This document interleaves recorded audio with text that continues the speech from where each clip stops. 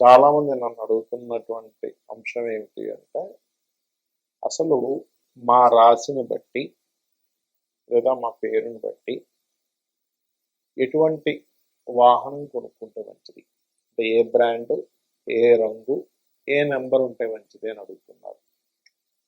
నిజంగా ఉంటుందా? ఎందుకంటే మనకు చూడండి, పాతకాలంలో గుడ్డు వచ్చిన వేళ బిడ్డ వచ్చిన వేళ అంటారు. గుడ్డు అప్పట్లో గుడ్లు అంటే ఏంటంటే మనకి ఆవులు అవ్వచ్చు, గుర్రాలు కావచ్చు, ఇట్లాంటివి. ఇప్పుడు మరేమిటి, ఇప్పుడు మనకి వాహనాలు. అయితే దీన్ని అసలు ఎలా చూడాలి?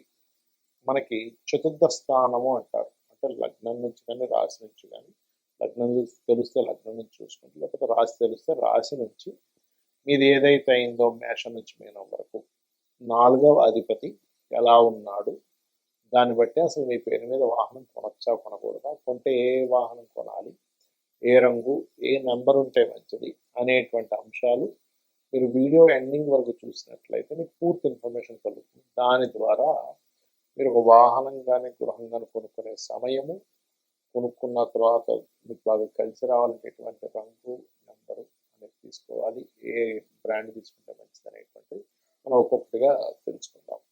అయితే ఈ విషయాలు చెప్తుంది నేనైనప్పటికీ కూడా చెప్పిస్తుంది సాక్షాత్ లలిత అమ్మవారిగా భావిస్తూ తెలుసుకుందాం.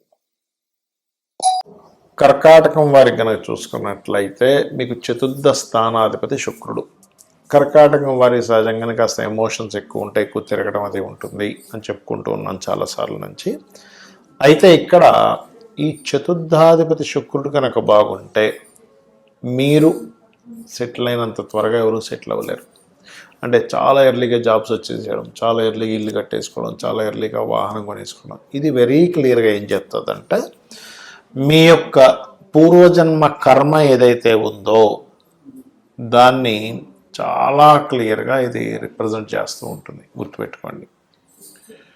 అది అయితే ఈ యొక్క రాశి వారికి, అంటే ఈ కర్కాటకం వారికి కలర్స్ ఏవి బాగా కలిసి వస్తాయి? వైట్ కలర్, కార్స్ విషయంలో వైట్ కలర్ కలిసి వస్తుంది.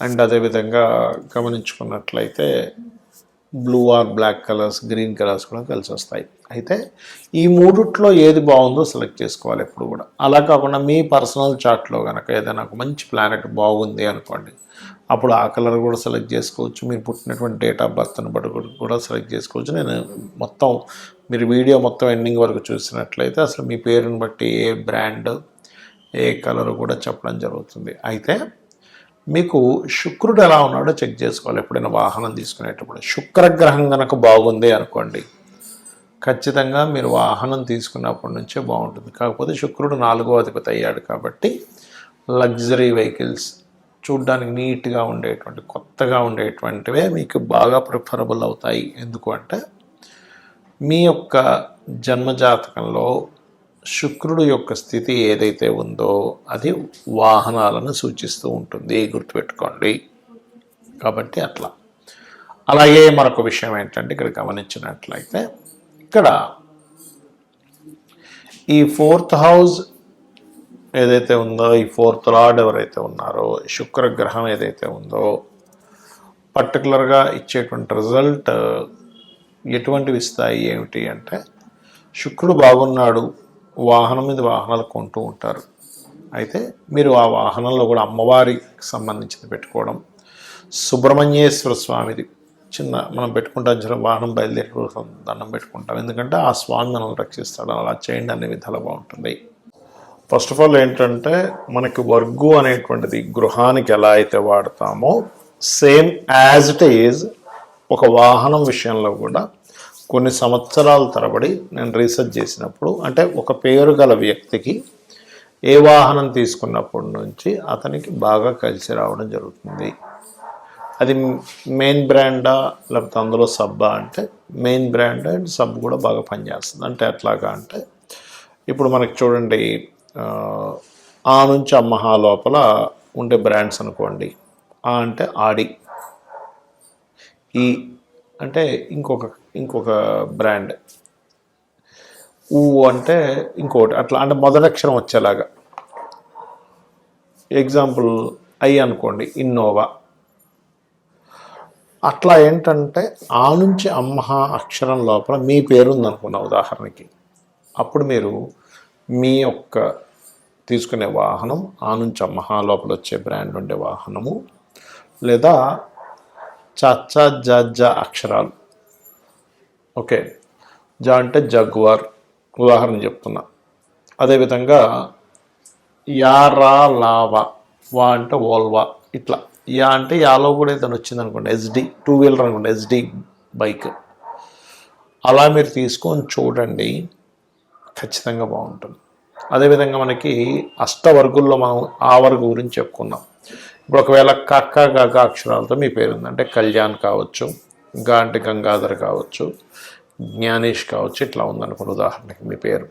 అప్పుడు మీరు కక్క గగ స్వవర్గులో ఉండేటువంటి అక్షరాలు గల వాహనం తీసుకోవచ్చు, లేదా శేషాసాహ యారాలావా. షే అంటే సుజుకి వెహికల్ ఉంది అట్లా అన్నమాట. వా అనుకోండి విర్చ్యూస్, విఐఆర్ టీవీఎస్ విర్చ్యూస్ ఉంది ఇప్పుడు ఇవాళ రేపు వాక్స్ వ్యాగన్లో అట్లా. ఉదాహరణకి చ జ అక్షరాల్లో మీ మొదటి పేరుంది, మొదటి అక్షరంలో మీ పేరుంది అంటే చందన్, చందన. అది స్త్రీకైనా పురుషుడికైనా ఒకటి వర్తిస్తుంది, గుర్తుపెట్టుకోండి. అలా ఉన్నప్పుడు మీరు తీసుకునే వెహికల్ చ జ అక్షరాల్లో ఉండేటువంటిది. జ అంటే ఇందాక నేను చెప్పినట్టుగా జగ్వార్ కావచ్చు. అదేవిధంగా షేషా సాహా, లేదా ఆ నుంచి అమ్మహ వరకు అంటే ఆడి, అట్లా అనమాట. ఇప్పుడు అదే కనుక టట్టా డానా అక్షరాల్లో మీ పేరు ఉందనుకోండి ఉదాహరణకి, అంటే టా డా మీ అందులో మీ పేరులో మొదటి అక్షరం అది అయింది. అప్పుడు మీకు పప్ప బబ్బమ్మ అనే అక్షరాలు గల వెహికల్, అంటే మా అంటే మెర్సిడీస్ ఉంటుంది కదా అట్లా. అదేవిధంగా ఆ నుంచి అమ్మహ, లేదా కక్క గగ అక్షరాలు. కా అంటే ఏంటి కియా వెహికల్ అట్లా. అదేవిధంగా మీ ఎగ్జాంపుల్ మీ పేరు తాత దాదన్న, నా అంటే ఉదాహరణ నా పేరే నానాజీ పట్నాయక్ అనుకుందాం. ఇప్పుడు నాకు తాత దాదన్న అక్షరాల్లో ఉండేటువంటి పేరు గల వెహికల్ కానీ, లేకపోతే యారాలావా, లా అంటే లెక్సస్ ఉంది, వా అంటే వోల్వా ఉంది అట్లా. లేదా కక్క గగ అక్షరాలు, కా అంటే కియా, గా అంటే సంథింగ్ దానికి ఏదైనా ఒక పేరు వస్తుంది కదా అట్లా. ప్లస్ అది కాకుండా మనకి చ జ అక్షరాల్లో ఉండేటువంటిది ఏదైనా వెహికల్ కూడా తీసుకోవచ్చు. ఇక అదేవిధంగా మీ పేరులో మొదటి అక్షరం కనుక పప్ప బబ్బ మా అక్షరాల్లో ఉందనుకోండి. పా అంటే పనీంద్ర, మా అంటే మధుకర్, మధు, ఇట్లాంటి పేర్లు ఉన్నాయి ఉదాహరణకి.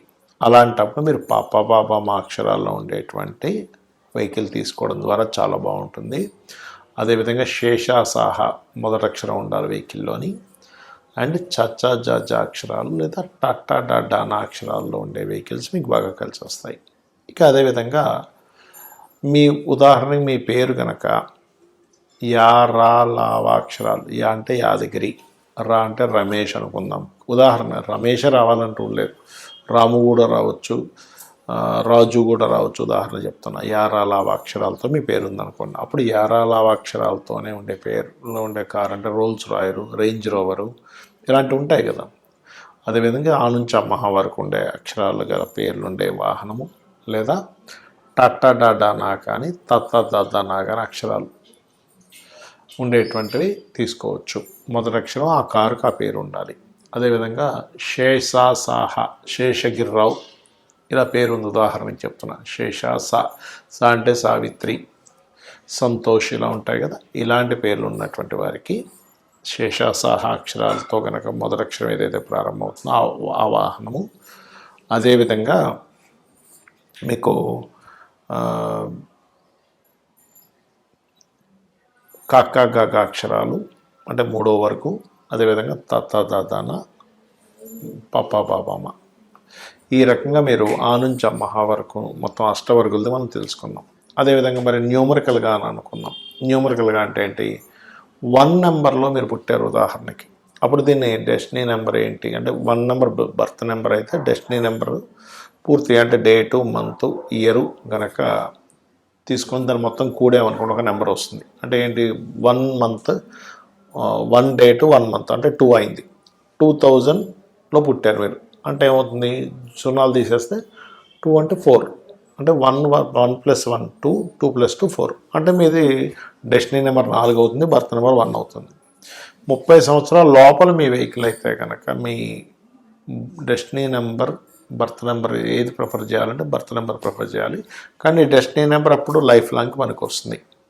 బర్త్ నెంబర్ కూడా పనికి వస్తుంది, కానీ బర్త్ నెంబర్ కంటే డెస్టినీ నెంబర్ ఇంకా బాగా పనిచేస్తుంది లైఫ్ లాంగ్. ఉదాహరణకి మీకు డెస్టినీ నెంబర్ ఆ బర్త్ నెంబర్ 1 అయింది, అప్పుడు మీరు మీ కారు కానీ మీ కార్ నెంబర్ కానీ ఎంచుకోవడం ఎలాంటిది ఎంచుకోవాలి అంటే కొంతమందికి మరి లగ్నాలు ఇవన్నీ తెలియవు కదా, ఓన్లీ డేట్ ఆఫ్ బర్త్ తెలుస్తుంది. అలాంటప్పుడు మీరు 1 నెంబర్ కానీ 3 నెంబర్ కానీ 2 నెంబర్ కానీ అదేవిధంగా 1 2 3 9 7 మీకు లక్కీ నెంబర్స్ అవుతాయి. అంటే మొత్తం కూడినా లేకపోతే ఆ నెంబర్లు ఎక్కువగా ఉన్నాయి. అయితే ఇందులో మీరు ఆ డేట్ ఆఫ్ బర్త్లో ఏ ప్లానెట్ బలంగా ఉందో తీసుకుంటే ఇంకా బాగుంటుంది. ఒకవేళ 2 నెంబర్లో పుట్టారు మీరు ఉదాహరణకి బర్త్ ఆర్ డెస్టినీ, అప్పుడు 1 2 3 7 9. 3 నెంబర్లో పుట్టారు 1 2 3 7 9. ఇక్కడ కూడా 4 నెంబర్లో పుట్టారు, ఇక్కడ మాత్రం మారుతుంది. ఎలాగా అంటే 4 5 6 8 8 కూడా మంచిదే 4కి 4 5 6 8. అదేవిధంగా 5 నెంబర్లో పుట్టారు అనుకోండి 5 6 8 4 కూడా పనిచేస్తుంది. అదేవిధంగా 6 నెంబర్లో పుట్టారు 4 5 6 8 అనేది పనికి వస్తుంది. ఒకవేళ 7 నెంబర్లో పుట్టారు ఉదాహరణకి అంటే 7 నెంబర్ బర్త్ అయింది లేదా డెస్టినీ నెంబర్ అయింది, అప్పుడు అలాంటప్పుడు మీకు ఖచ్చితంగా 1 2 3 7 9 మీకు పనిచేస్తుంది. అదేవిధంగా 8 నెంబర్ అనుకోండి 5 6 బ్రహ్మాండంగా పనిచేస్తుంది. 9 నెంబర్ అనుకోండి 1 9 7 2 3 బ్రహ్మాండంగా పనిచేస్తుంది. ఈ రకంగా మీరు ఒకవేళ డేట్ ఆఫ్ బర్త్ తెలిస్తే ఈ రకంగా తీసుకోండి, మీ పేరు తెలిస్తే ఈ రకంగా చూసుకోండి, ఖచ్చితంగా బాగుంటుంది. శ్రీమాత్రే నమః.